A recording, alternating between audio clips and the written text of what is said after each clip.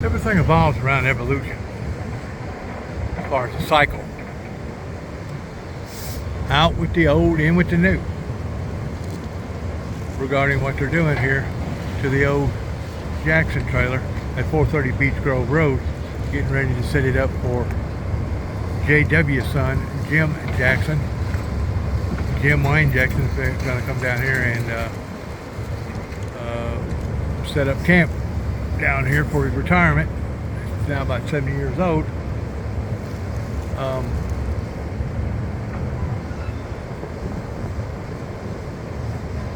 Everything evolves around a cycle. Out with the old, in with the new. No matter what it may be, who it may be, where it may be. Isn't nothing put here indefinitely. I think if I'm not mistaken, Danny and Monica bought that trailer in 81, either 80 or 81, and that trailer was like a 78, 77, 78 model. So it's done had 3 deaths in that trailer, and outlived probably 7 or 8 people.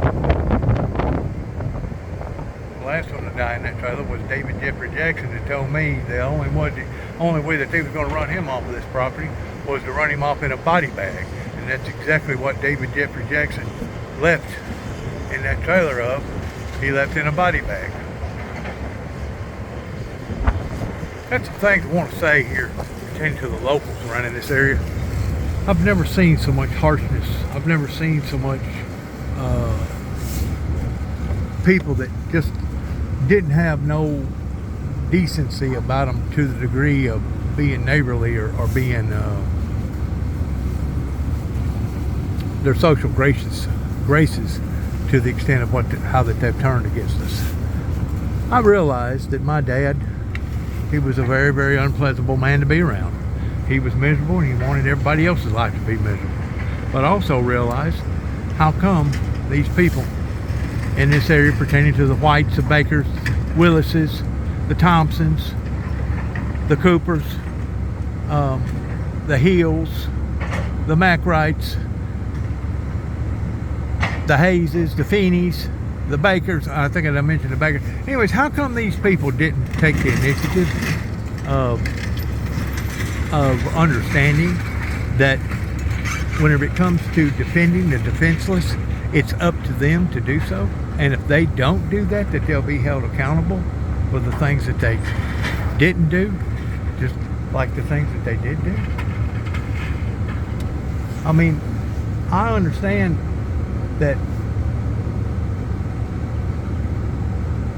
430 Beach Grove Road and my address here at the Purple Heart Dragon Veterans Memorial may not be a Taj Mahal, but it's our Taj Mahal. It's our lives. It's that in which what my dad and his dad, Kelmer, and his dad's dad, which would be Jeff James Jackson, helped to establish and build, going all the way back to the late 1800s, early 1900s. How come these people, and I'm not saying that everybody done this, but how come these people took it upon themselves toward trying to run myself off, and then once they realized that they wasn't going to run me off, then they made life that much more harder on my brother David Jeffrey Jackson, and basically forcing him into an early, not a retirement, but an early death at the age of 51. At the age of 51. How come these people would have done that? It had to have been motivated around a demonic, spiritual, evil spirit. Anybody that was willing to do a family that way. And it's one thing to neglect a family and not pulling your responsibilities towards community organizers, but it's another thing to basically sit back and be intrigued about it, or to sit back and be entertained by it. And that's exactly what was going on here, that my cousin Jim Boy, James Wayne Jackson, had no earthly idea, I don't believe, of what was going on down here towards them turning it into a spectacle. The Judge Tommy Moore, other officials in this area knowed exactly what was going on because it was being advertised all over social media. And to think that these people done what they done for 3 consecutive years as far as tormenting our lives is absolutely appalling to me. It's appalling to think that they thought that they was going to do this and get away with it. They thought that they was going to not do this and still not get away with it. Another thing I want to say pertaining to global warming, regarding preaching to the global deniers. It's actually tormented in how that today in this area it'll be 75 one day and down in the teens the next, as far as a flash freeze. We have seen this again and again and again periodically going through abstract winters, to the degree that whenever I was a young child growing up, right here used to be an apple orchard, right here where those marks are. Over here was a pig parlor, and over there on the other side of them pines, that one pine that you're looking at right there, used to be a pond. I can remember coming up through here whenever I was just probably 10, 11, 12 years old, coming out here with an axe and breaking the ice on the pond, sometimes 2, 3 times a day, just so our cattle, our livestock, and our pigs would have something to drink out of. There's been times over there in that pond right over there that my great-grandfather helped to build with his son, Kelmer, that I've seen as many as 20 kids on that pond ice skating in the wintertime. It was actually big enough that my brother actually water skied out of it one summer. But I can remember probably 10, 12, 15, maybe 20 people in that pond swimming, having a good time. What happened to those times? What happened to all that? What happened to the normalcy of knowing that, hey, whenever you get your winter clothes out, you ain't got to worry about your summer clothes at the same time during your winter clothes? Today, your body don't have time to adjust. You're constantly having to work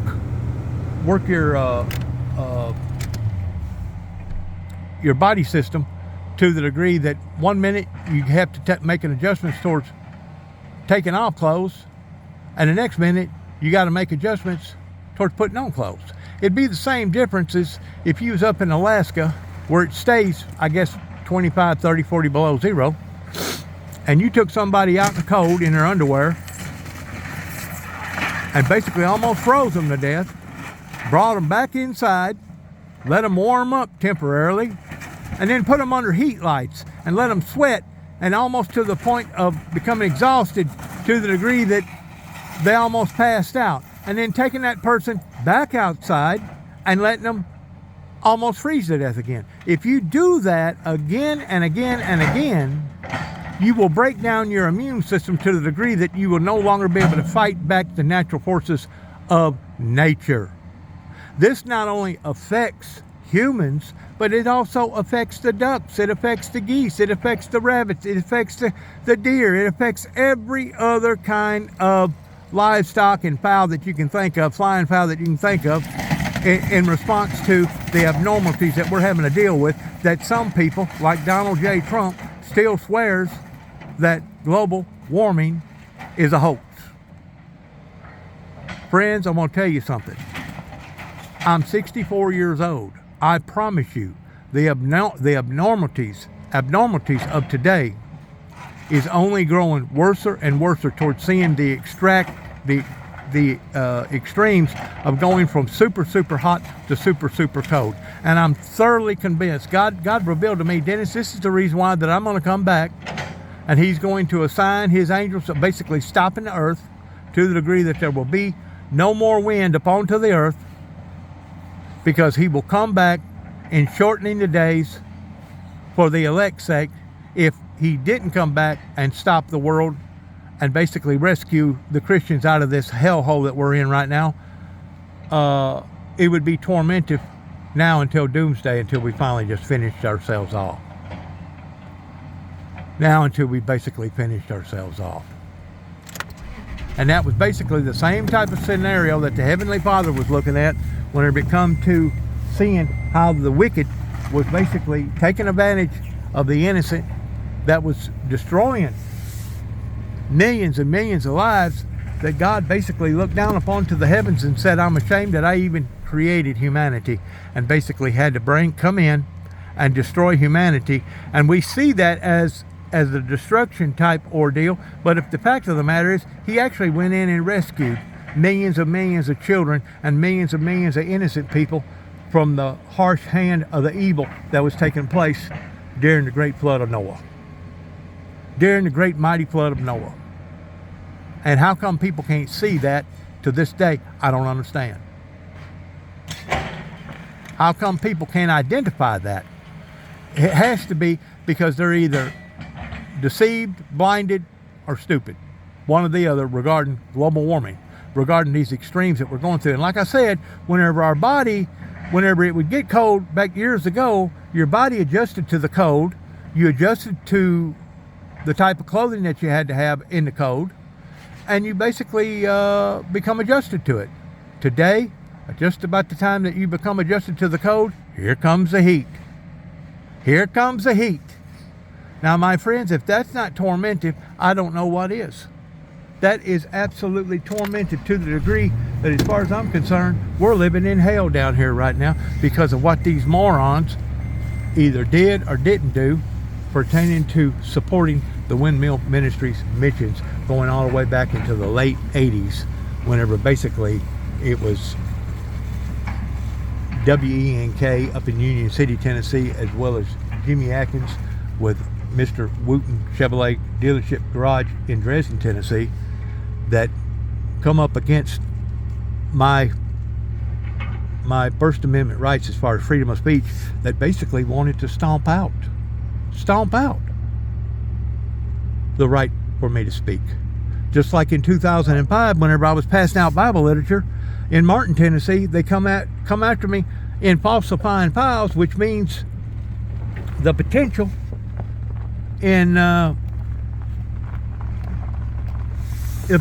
having terrorism implications once more in trying to stop me from me speaking my piece regarding the Holy Bible and pertaining to the message that God had given me to give to humanity. How come a group of people that would be willing to do this in jeopardizing not only their own prosperity, their own freedoms, but how come they would be willing to do this to their children and their children's children is evil and should be charged with homicide intentions, the same as the oil companies, the same as the other mega banks, lawyers, the same as all the other people that has now wreaked havoc in the past 30 years in panhandling off of the people and getting rich themselves. What is it, something like 27 million millionaires in America alone, or something like that, of people becoming millionaires, panhandling off of the backs of the poor and the unfortunate and those that can't get ahead. These guys worked out here for days and days at a time just building up this levee right here. This levee that's basically a spillway for the water to wash into, and then the water will go out gradually over into this ditch line over here in controlled water. That way it won't deteriorate and wash all their soil away, and that way all the chemicals that comes out of the soil, regardless whether it be stimulants as far as fertilizer or stimulants as far as Monsanto or Lasso or some of them other harsh chemicals, won't be going off into our water system to the point that we eat the fish now out of the Obion River that's basically having those chemicals in their body, and now we're drinking the water in our aqueduct systems that goes down up underneath the ground. How come these people has not been wise enough to identify these things, and it has taken somebody like this farmer here to do the proper and right thing when it comes to land conservation, futuristic planning for not just tomorrow, not just the day after tomorrow, but for years after tomorrow? How come these people didn't have the fortitude of identifying just exactly how crucial it is in identifying the scars that you're putting upon to the land will be scars that now our children and our children's children will have to deal with, similar towards our politics of the bankers and the preachers and everybody else that took advantage of the system in the past 30 plus years, that now our children and our children's children are going to have to inherit all this indebtedness of being $38 trillion plus in debt, and seeing the problems that has arisen, that has now come up to the surface in people identifying and seeing. How come people don't identify in going to war, a real combat, hand-to-hand war, that it leaves emotional scars, physical scars, and other kind of scars, to the degree that some of those people won't never, ever psychologically get over that, in which what they had to endure in the war, in the battle. And how come that they didn't identify that those same people that had those scars was going to bring those scars back home to their wives and their children and their children's children, in bringing remorse to the families that had to sacrifice so dearly for our military services? How come? Is it because we're that crazy? Is it because we're that blind? Is it because we just don't care about other people's lives? How come? Is my question. Here at the Purple Heart Dragon Veterans Memorial Site. I put here, in a way towards it being comical or humorous, restricted area, no hunting. Dad's 2nd Infantry out of Washington State, in which we need to pray for the people in Washington State as well as the people in California that's going through such a radicalness as right now pertaining to the weather. A fallout shelter. Okay. We the people, in support of the Super Santa Special Redneck Hillbillies Nuclear Fallout Shelter Wounded Warriors Association, United States Purple Heart Dragon Veterans Memorial Site. How come people don't have enough fortitude in identifying that what they're doing today is going to affect people's lives tomorrow, and the day after tomorrow, and the day after tomorrow, pertaining to their children and their children's children? How come we have been so blinded in not caring about other people whenever it comes to community organizers, that basically they allowed for my brother and I, David Jeffrey Jackson, to go through what we went through out here for 3 consecutive years, that basically drove him to an early death. Drove my brother to an early death. How sad is that? And then to think that they had to vandalize me for my own brother's death? Wow. How cruel and indifferent, how insensitive and barbaric is that? Boy, here playing anything openly and publicly for basically the people into building a memorial for our first responders and our veterans. They was willing to cut off their own noses to despite their faces, in the degree of bringing destruction into not only their own personal lives, but bringing destruction into their children and their children's lives, just to be able to prove a point. I've never seen a bunch of people that was this perverted and this upside down. Just like the judge in Kentucky going after me, even though I'd sworn off towards going to war with a darkly complected individual, Arabic descent, in Satan, the one that masterminded 9/11. How come these people couldn't perceive that if you're going after evil, that's supposed to be America's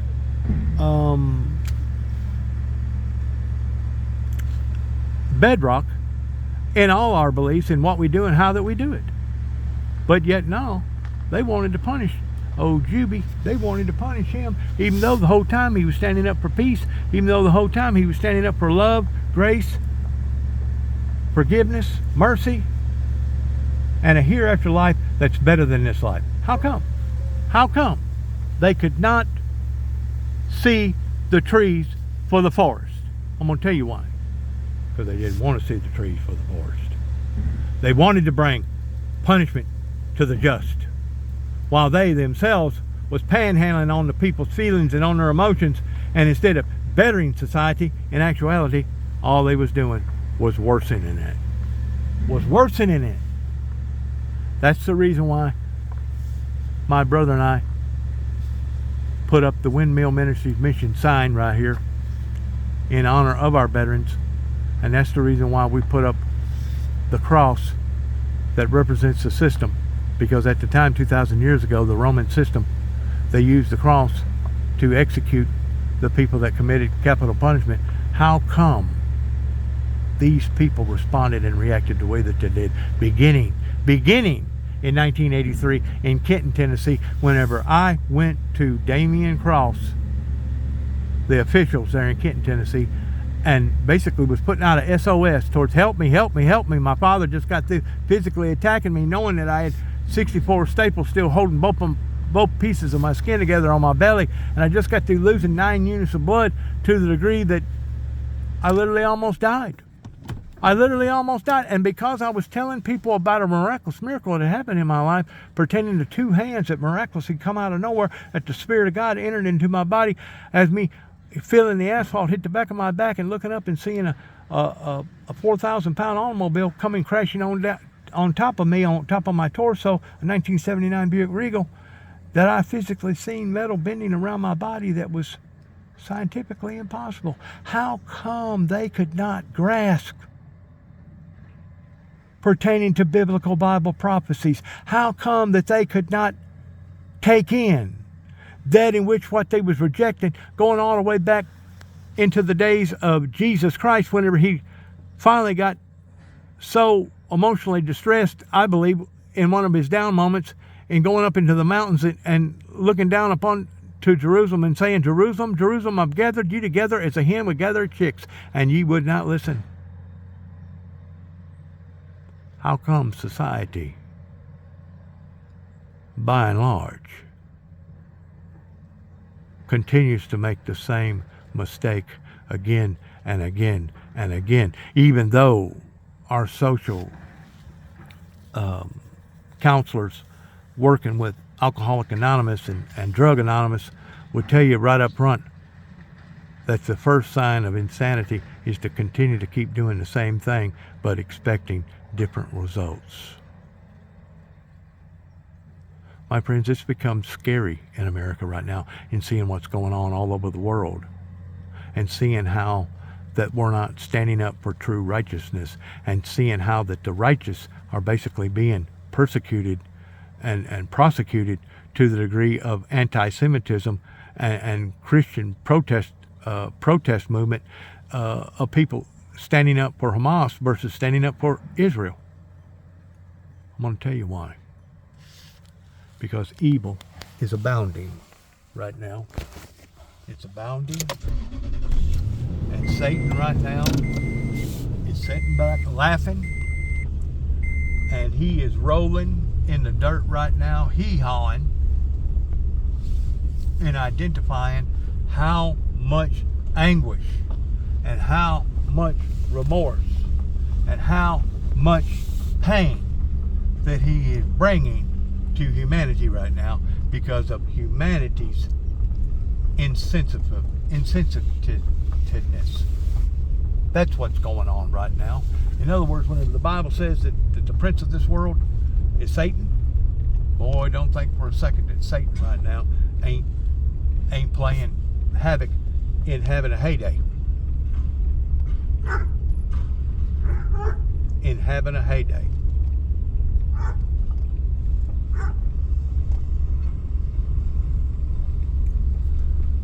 This trailer right here, ever since my brother died in 2017, basically has become nothing but a eyesore. And I'm just ever so glad that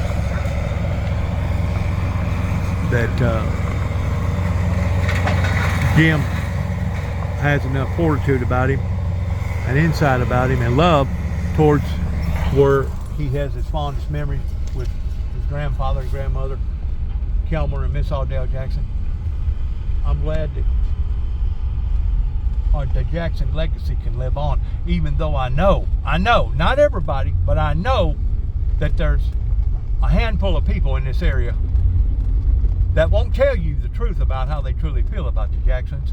But if the truth be known, they wish that we would have left a long time ago simply because of my great-grandfather, Jeff James Jackson, that played it straight, raised up, I think, 5 girls and 2 boys, went to church at the Primitive Baptist, Hardshell Primitive Baptist Church, that basically was in charge of deeds and titles. Also took it upon to himself, I guess, towards the state hiring him and being the judge, the jury, and the executioner at the same time, because during that time it was legal. But boy, being just created so much animosity into this area that you can't tell me that generational curses did not flow down through various ancestry families of hatred for the Jacksons. Right there is where my great-grandfather and my grandfather built a pond right there. And whenever I say a pond, it's probably give or take at one time in its fullest form. It's probably about 2.5, 3 acre pond. I think you got to have a pond in the state of Tennessee to be at least 4 acres before you can consider it a mini lake. But what it was a barrier that prevented all that water from all this top of these soil right here of taking away the topsoil and basically destroying the ground. If my grandfather and great-grandfather wasn't smart enough to have done that, the wash would have been probably 10 times worse.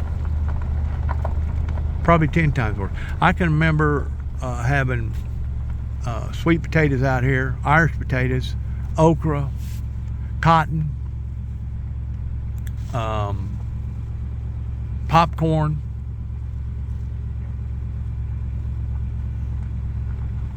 I mean hard work farming, truck patch farming. Right over here, right there, that was my dad's latest ideal before he had declared bankruptcy. I think it was 1982, because of how the conglomerates took advantage of the unfortunate people.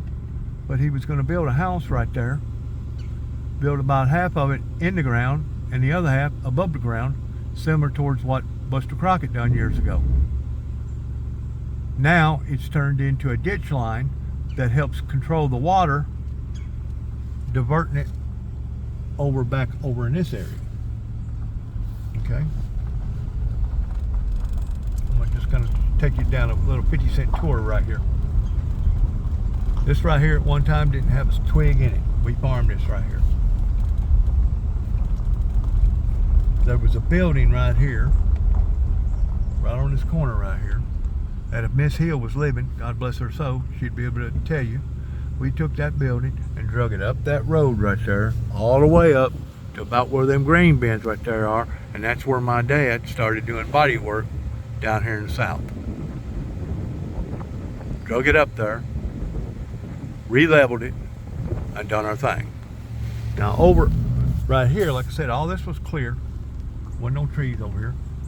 On this hillside off to the left right here used to be some of the best strawberry patch that we ever thought about. Right there. I mean, it was pure and plentiful. Now if you look right over here, we can get to it right here. You can see an old combine right there that I guarantee you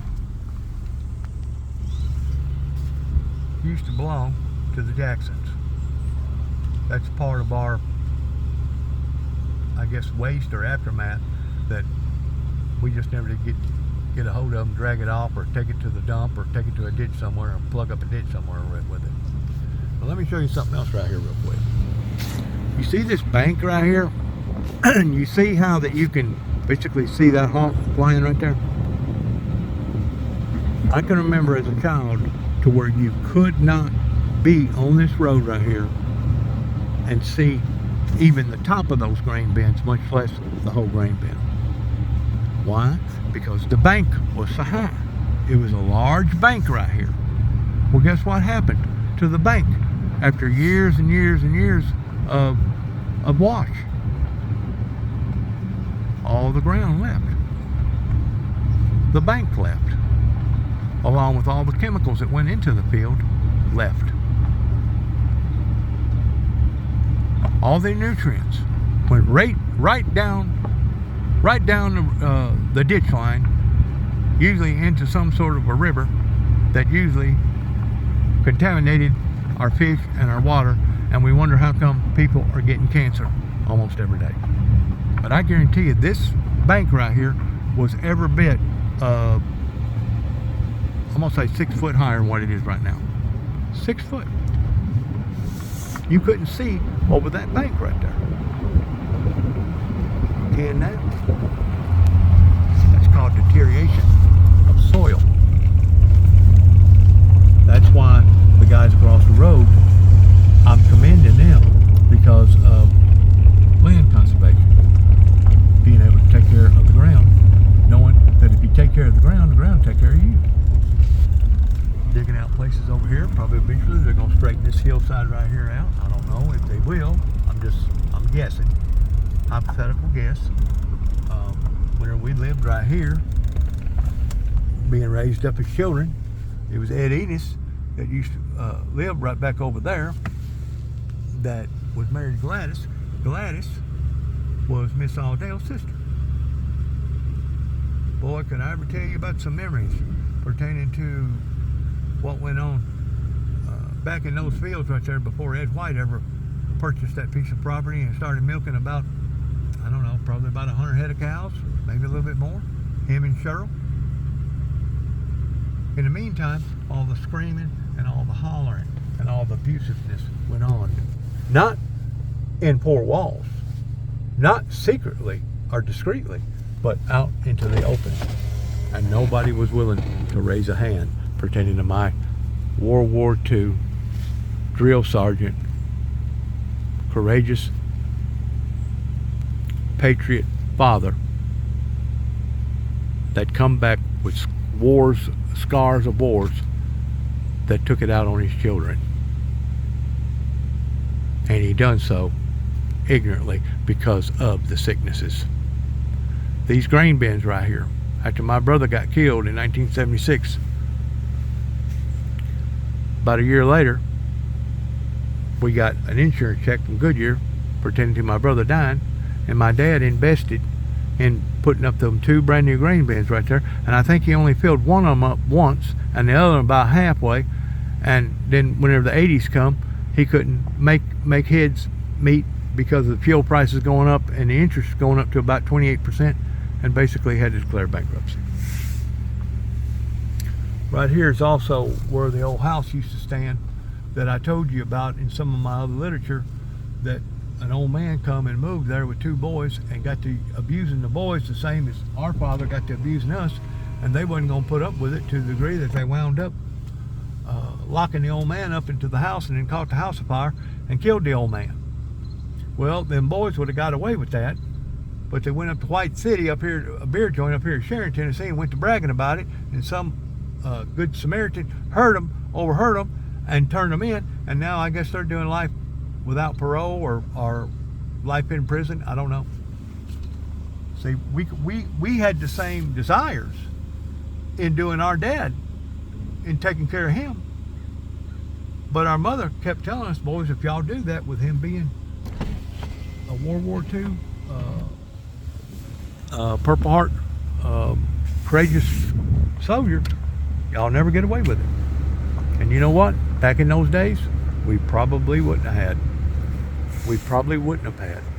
But getting back to the pond right there that I'm looking at right there, it was right there in 1988, March 22nd on my birthday, that I was fishing whenever the angels of God started coming down from heaven and started placing thorns into the top of my skull. The first thorn, I thought I was imagining. My mind was playing tricks to me. The second thorn, whenever it went into my head, it frightened me to the degree that I threw my fishing pole down. I almost broke my neck jumping over the fence line right there. Right here's where all my dad's equipment used to be, right there. I run real quick and I got in a truck right here, my red Dodge little pickup truck right here, and basically drove towards Kenton while the spiritual wonder, the miracle, was still happening regarding the bow, the promise of being placed upon my head and promising us out of the scriptures. Now, this isn't something that I designed. It isn't something that I made up. It isn't something that I engineered, pertaining to the opening of the seals, pertaining to knowing that the great sword shall be handed to Satan one day, of taking peace from the earth, that you got to have peace upon the earth to take before you can take it, similar towards taking anything. It has to be in existence of you taking it, and if not, you'll never take that in which what it's already been predicted of occurring. These people tried desperately to hinder biblical Bible prophecy to the degree that they was willing to bring destruction, not only into their lives, but into their children and their children's lives. Now, how cruel, how cold-hearted, how evil is that towards trying to stop Bible prophecy from occurring? I made reference to the fact that the only example that I can give that I know about that would come close to the spiritual warfare that I'd went through is that during the time of Jesus' reign, he come into the world just only as a child, and King Herod had heard about this king coming into existence pertaining to biblical Bible prophecy, and it actually distraught him so badly that he ordered for about 5,000 of newly born infants of his own people to be killed in hopes of killing the Christ child. But just so happens God had a hand upon the Christ child, and they never laid a hand on the Christ child during the time that Jesus was an infant.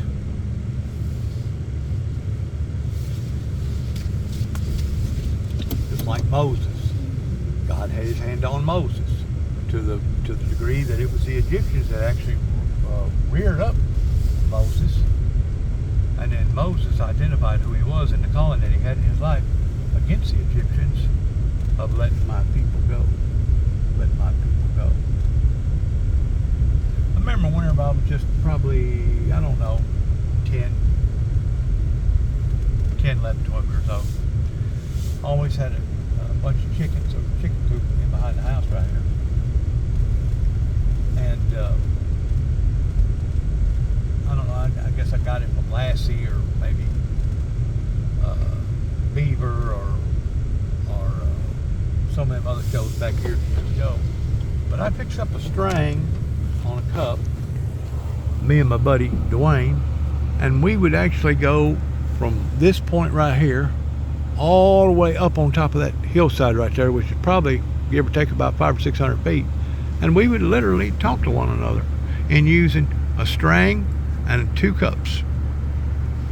This is also where I was reared up at in having a white Shetland pony that we brought out of Chicago, Illinois.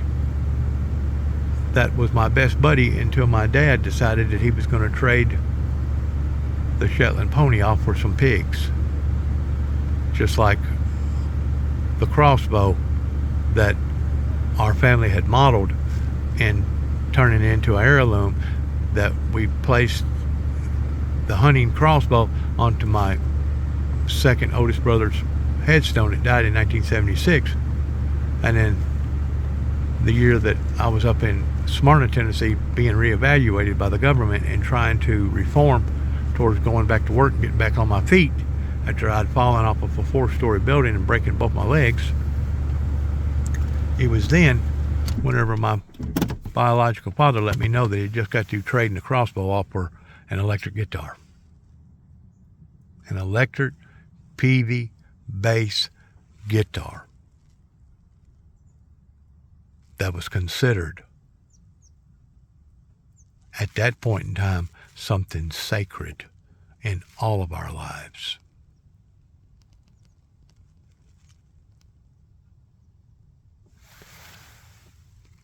I don't know what happened to the milk barn, but the milk barn used to be in behind the White House over there where that brown building is right now. And it was a big barn, but I can remember whenever Ed Enos's barn used to sit right there. A big barn, and he had this boar hog that got mean. And before you take him to the meat market, you got to cut your sack open and take their privates away from them. That hog was so mean, it took us half a day to finally capture it, tie it between a tree and a tractor, and pull it between the tree and the tractor to be able to mark it, to cut its privates out. And whenever we let that hog go, that hog was one of the most meanest, vicious animals, slobbering at the mouth, and I guarantee if he could have got a hold of somebody, he would have ate them alive. He would absolutely ate them alive, just like what happened right over there at that little White House right there that you see right there that the Willises growed up in, right there.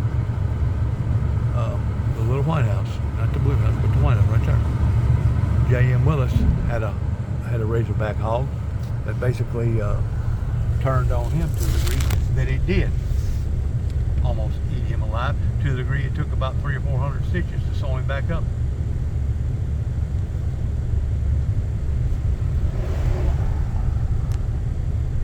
You know what J.M. Willis done with that hog? The day that he got out of the hospital, I think he stayed up in the hospital for about 2 weeks up here in Martin Volunteer Hospital. He immediately went into the house and got a 30-06, put a bullet in it, and went to the backyard while he's all crippled up, and put a bullet right in his head and just left it laying. Mean. Well, see, people can become that mean too. And whenever people become that mean, what are you going to do with them? Especially whenever you have a broken system, the law that is no longer protecting the lives of the innocent and those that can't protect themselves.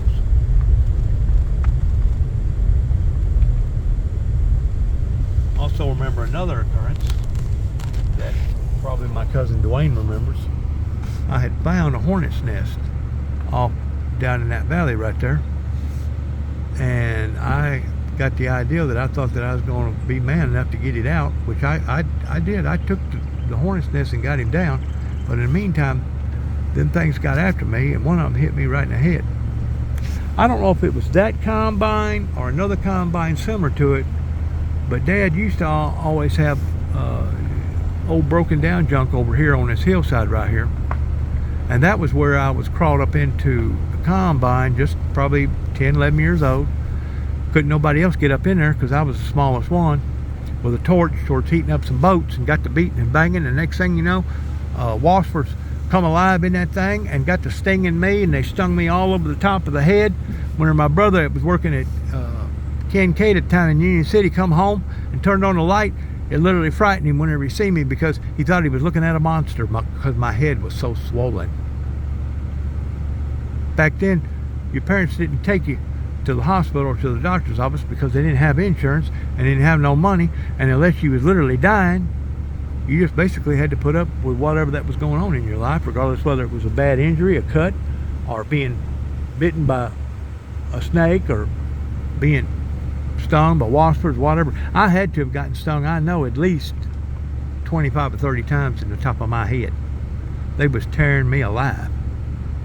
And as I was trying to get out of those straw walkers, them things got jagged edges on them, and I was cutting myself and trying to get out so quick, they basically had me pinned. Anyways, I just wanted to tell a little bit about my story and regarding the old trailer of the Jackson estate finally being taken down after my older brother bought it, I believe in 1981 or 1982, where him and his wife Monica, that used to be a Graves, got married and tried to fulfill a marriage in that didn't last but maybe, I don't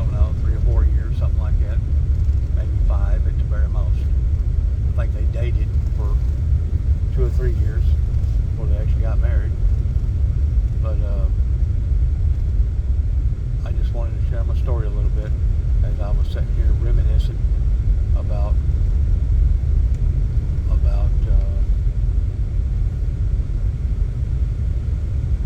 the Jackson legacy. And this part of our legacy is now coming to an end. Coming to an abrupt end.